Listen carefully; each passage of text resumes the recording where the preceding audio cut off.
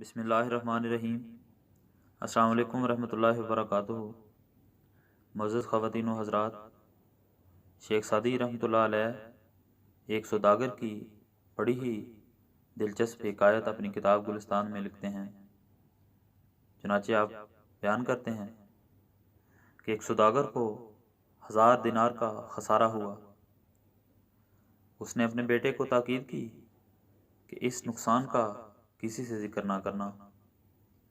بیٹے نے کہا کہ ابا جان، آپ کا حکم میری سر آنکھوں پر، لیکن مجھے اتنا تو بتا دیجئے کہ اس بات کو پوشیدہ رکھنے میں کیا مصلحت ہے۔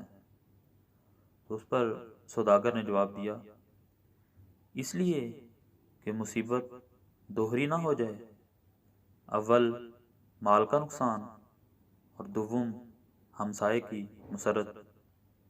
اپنا دکھ دشمنوں کے سامنے مت کہہ کہ وہ اس پر خوشی مناتے ہوئے لاحول کہیں گے۔